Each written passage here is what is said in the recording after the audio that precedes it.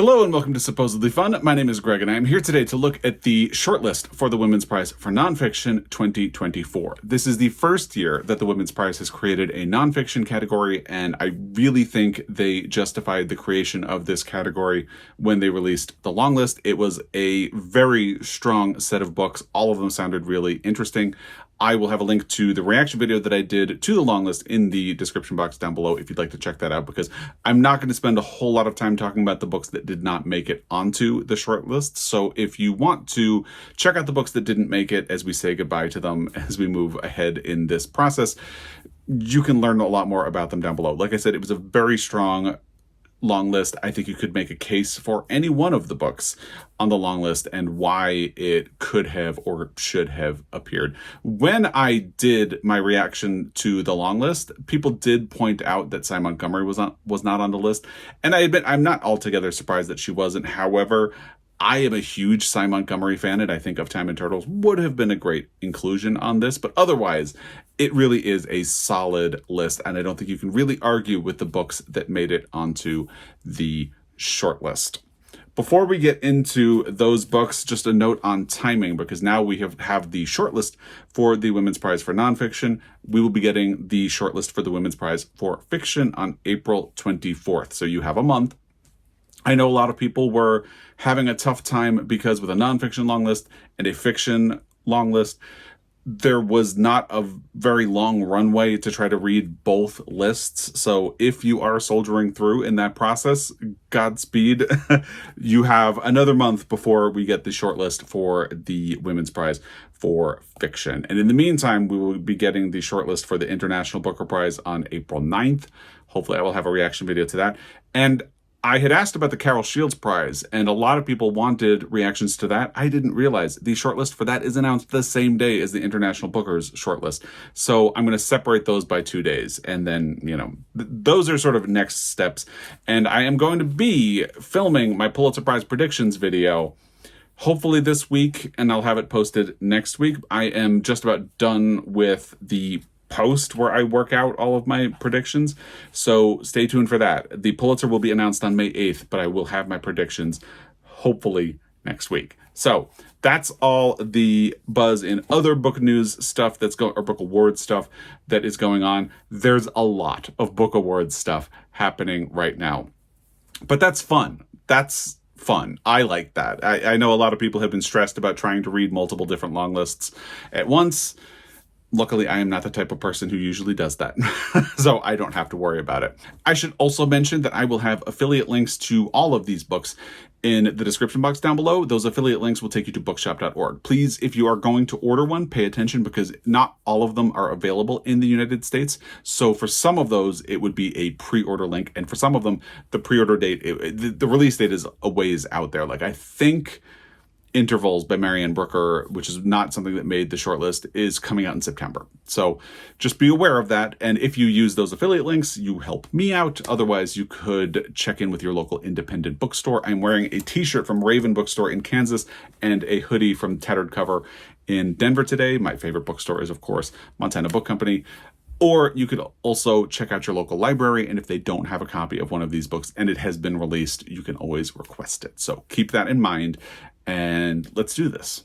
Let's talk about the shortlist for the Women's Prize for Nonfiction.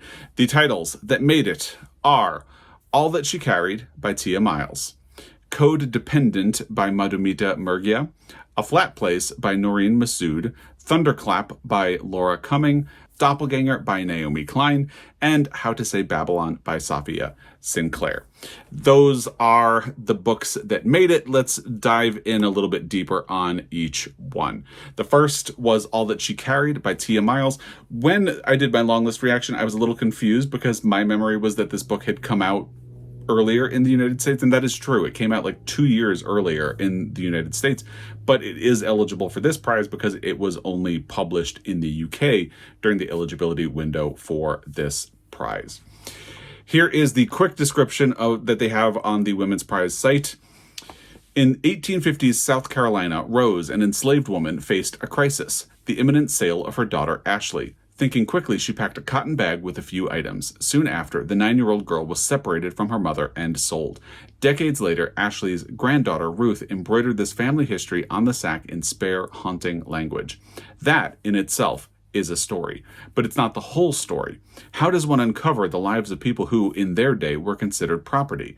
Harvard historian Tia Miles carefully traces these women's faint presence in archival records, and where archives fall short, she turns to objects, art, and the environment to write a singular history of the experience of slavery and the uncertain freedom afterward.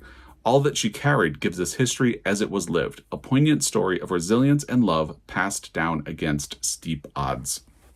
This is one of the books that I really would like to read at some point. The unfortunate thing for me right now is that I'm having a slow reading year so far for various reasons. And I am in a bit of a crunch because in March, I'm reading Irish books because I'm going to Ireland and Scotland in May. And in April, I'm hoping to read some Scottish books to balance out that part of the vacation and catch up on my Pulitzer reading.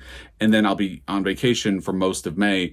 And then June, I do Pride reading. I read queer books, queer authors, all that stuff. So the likelihood is that I won't be getting to anything I want to read until the latter part of 2024, which is a little bit frustrating, I'm not going to lie, but it is the way it is. This is a book I would really like to read. It was a book that I really wanted to read when it was in contention for the National Book Award when it was released in the United States. And it fell off my radar in the 2 years that passed. So I'm really glad that the Women's Prize brought it back to my attention because this is definitely a book that I would like to read. I think it's a heavy hitter for the win. I think the I believe it's three heaviest hitters that would be easy contenders for the win made it onto the shortlist, which makes it very difficult if you're trying to predict what might win.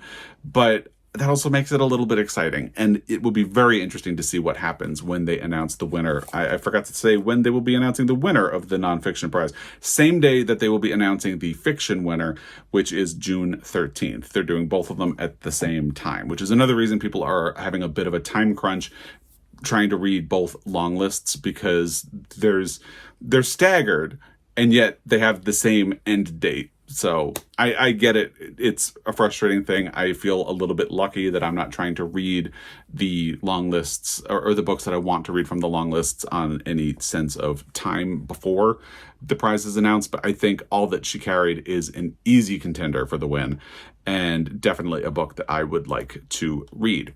Then we have Code Dependent, Living in the Shadow of AI by Madhumita Murgia. This definitely feels like a very timely book, and I felt like it was a bit of a question mark about whether or not it would make it onto the shortlist, just because there were some books that seemed really interesting, and I think I remember saying that the timeliness and the urgency of the AI conversation could propel Code Dependent onto the shortlist, possibly even to the win, and here it is on the shortlist. Here's what they say about it. What does it mean to be human in a world that is rapidly changing thanks to the development of artificial intelligence, of automated decision-making that both draws on and influences our behavior?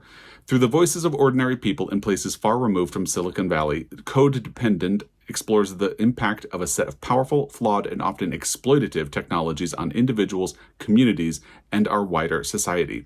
Madhumita Murgia, AI editor at the FT, exposes how AI can strip away our collective and individual sense of agency and shatter our illusion of free will.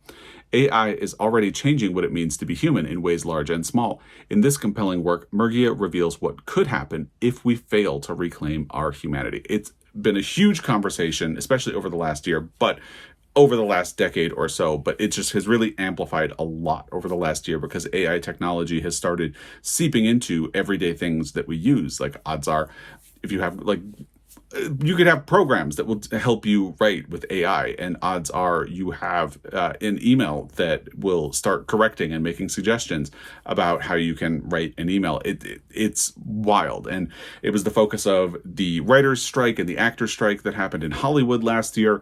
So it is a huge conversation, and one thing that I found interesting is that when the announcement was made, I saw it on Instagram, and the video that the Women's Prize had put together with the judges talking about each of the books, they mentioned that this book specifically talks about how a lot of the early damage that is being done by AI is happening in marginalized communities, which is not something that was mentioned in that blurb that I just read, but definitely adds to the sense that this is a very, it feels cliched to refer to a book as timely and important, but that kind of is what this is. And I think that's why it would feel so urgent to put it on a shortlist and start having a lot of these discussions. And thank you to the Women's Prize for Nonfiction, we are getting started on that process. The next one is A Flat Place by Noreen Masood. Interestingly, this was one of the ones that I felt like I wanted to wait for feedback on. And interestingly, this is the one that I have seen most people latch onto and start reading as after the Longlist was announced, because it's popped up in a bunch of different places, and I've heard some good things about it. Here is what they say about it. Noreen Masood has always loved flat landscapes, their stark beauty, their formidable calm, their refusal to cooperate with the human gaze. They reflect her inner world, the flat place she carries inside herself, emotional numbness and memory loss as symptoms of childhood trauma. But as much as Britain's landscapes provide solace for suffering, they are also uneasy places for a Scottish Pakistani woman, representing both an inheritance and a dispossession. Pursuing this paradox across the wide open plains that she loves, Noreen weaves her impressions of the natural world with the poetry, folklore, and history of the land, and with recollections of her own early life, rendering a startlingly strange, vivid, and intimate account of a post-traumatic, post-colonial landscape, a seemingly flat and motionless place which is nevertheless defiantly alive. I mean, that does immediately sort of grab your attention. I'm sort of immediately attracted to post-traumatic tales. I find post-colonial tales really interesting. So the fact that this book combines both of those things really did kind of grab my attention, but I wasn't too sure how much of it would be personal, how much of it would be reflections. But the stuff that I've heard so far has been very positive. I do think that of the 3 books we've talked about so far, I would absolutely read All That She Carried first. So if you're going off of my urgency to read these books, All That She Carried is running away with it right now, but I would say A Flat Place is sort of running in second. But that's about to change as we talk about the next 3 books on this list, and let's jump to them. Next one is Thunderclap by Laura Cumming. This feels like a bit of a difficult book to explain, but here's what they say about it. On the morning of October 12th, 1654, a gunpowder explosion devastated the Dutch city of Delft. The thunderclap was heard over 70 miles away. Among the fatalities was the painter Karel Fabricius, dead at 32, leaving only his haunting masterpiece, The Goldfinch, and barely a dozen known paintings. And by the way, I asked this question when I did my Longlist reaction, and people answered, thank you, that this is in fact the Goldfinch painting that is on the cover of Donna Tartt's The Goldfinch, and which figures prominently in the plot of that book. Anyway. The explosion that killed him also buried his reputation, along with answers to the mysteries of his life and career. What happened to Fabricius before and after this disaster is just one of the discoveries in a book that explores the relationship between art and life, interweaving the lives of Laura Cumming, her Scottish painter father, who also died too young, and the great artists of the Dutch Golden Age. This is a book about what a picture may come to mean, how it can enter your life and change your thinking in a thunderclap. And they really focused on the sort of interweaving of Laura Cumming's own story with this more historical. And I think that's part of where it gets a little bit difficult to explain, at least quickly and succinctly. But it does sound like an interesting book.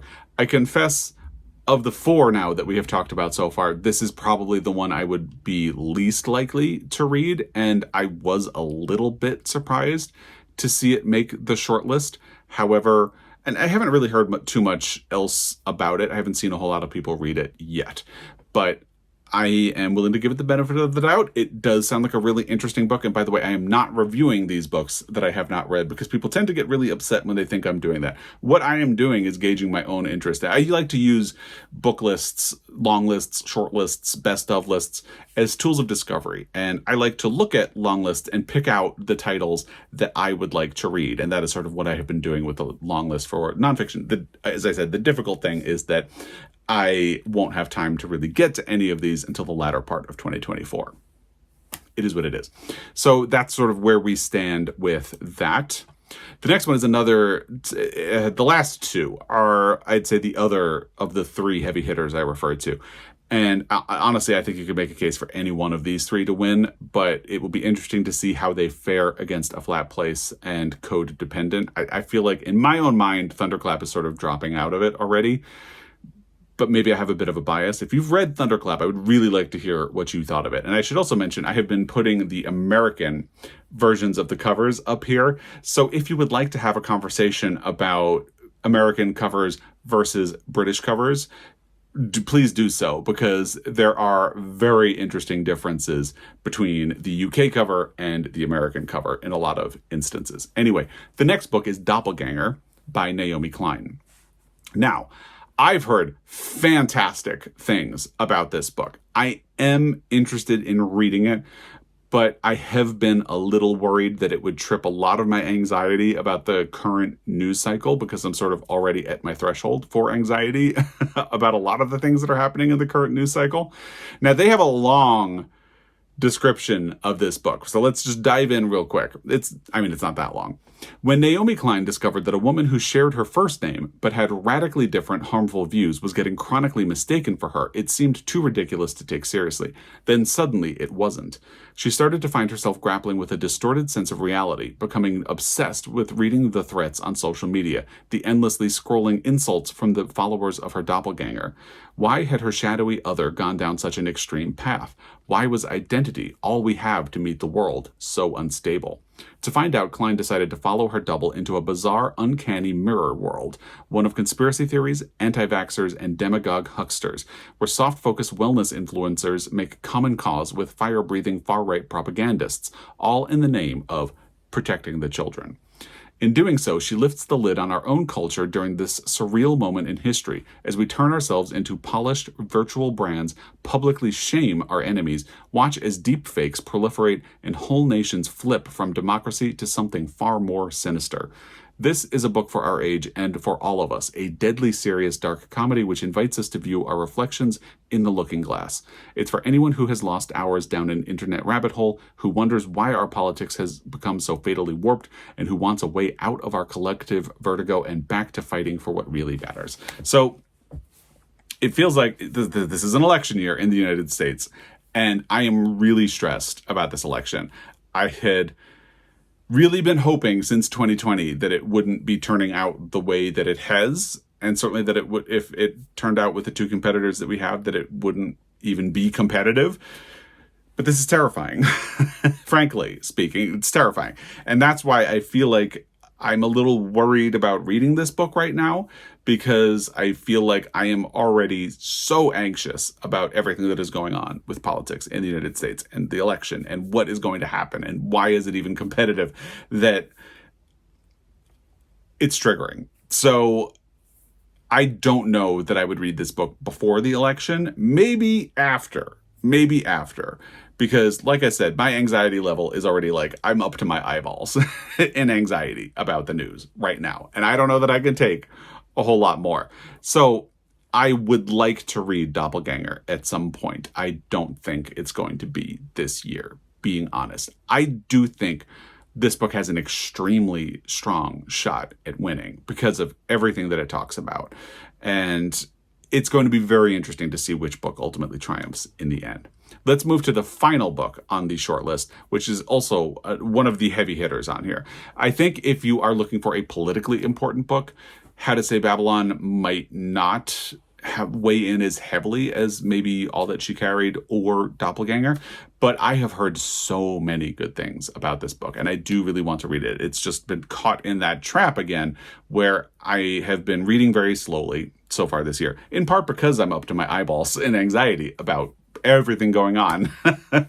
But I would like to read this. It's just that it's probably going to be in the latter part of 2024 at this point, and that just is what it is. But I would love to read How to Say Babylon. Here's what they say. There was more than one way to be lost, more than one way to be saved. Born in Montego Bay, Jamaica, where luxury hotels line pristine white sand beaches, Safia Sinclair grew up guarding herself against an ever-present threat. Her father, a volatile reggae musician and strict believer in a militant sect of Rastafari. railed against Babylon, the corrupting influence of the immoral Western world just beyond their gate. To protect the purity of the women in their family, he forbade almost everything. Nowhere but home and school, no friends but this family, and no future but this path. Her mother did what she could to bring joy to her children with books and poetry, but as Safia's imagination reached beyond its restrictive borders, her burgeoning independence brought with it ever greater clashes with her father. Soon she realized that if she was to live at all, she had to find some way to leave home. But how? In seeking to understand the past of her family, Safia Sinclair takes readers inside a world that is little understood by those outside it and offers an astonishing personal reckoning. How to Say Babylon is an unforgettable story of a young woman's determination to live life on her own terms.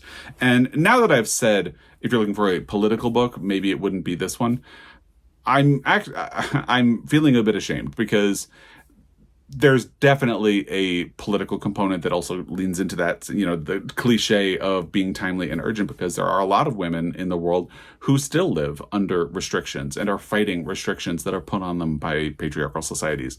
So this is actually a very politically relevant book, and the fact that it comes at it from the perspective of a community that not a lot of people know a whole lot of detail about kind of just makes it even more interesting.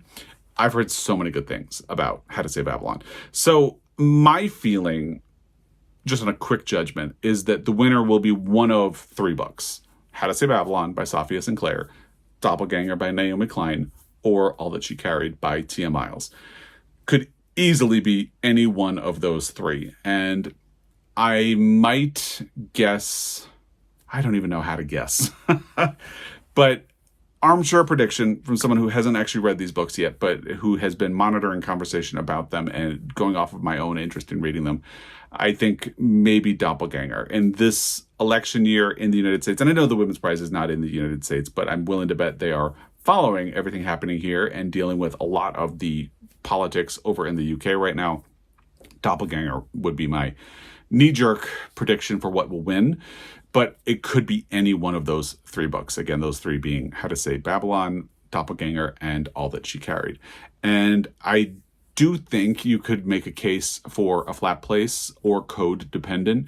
And we'll have to see if one of them has a narrative that sort of breaks free of that. I feel guilty, but in my mind, Thunderclap has sort of fallen out of it. But I'd love to hear what you think. Let me know what you think of this shortlist. If there's anything from the long list that you would have liked to see on this instead. The books that we say goodbye to from the long list, by the way, before we go, are Intervals by Marianne Brooker, Wifedom by Anna Funder, Shadow at Noon by Joya Chatterjee, Eve by Kat Bohannon, Some People Need Killing by Patricia Evangelista, The Dictionary People by Sarah Ogilvie, Vulture Capitalism by Grace Blakely, Young Queens by Leah Redmond Chang, The Britannias by Alice Albinia, and Matrescence by Lucy Jones. So if you would have liked to see one of those books on the shortlist, let me know which one you would have liked to see on here and which one you would replace. And if you have a pick for the win, let me know in the comment section down below. As always, I really appreciate your time, and I will be back. Until next time, happy reading.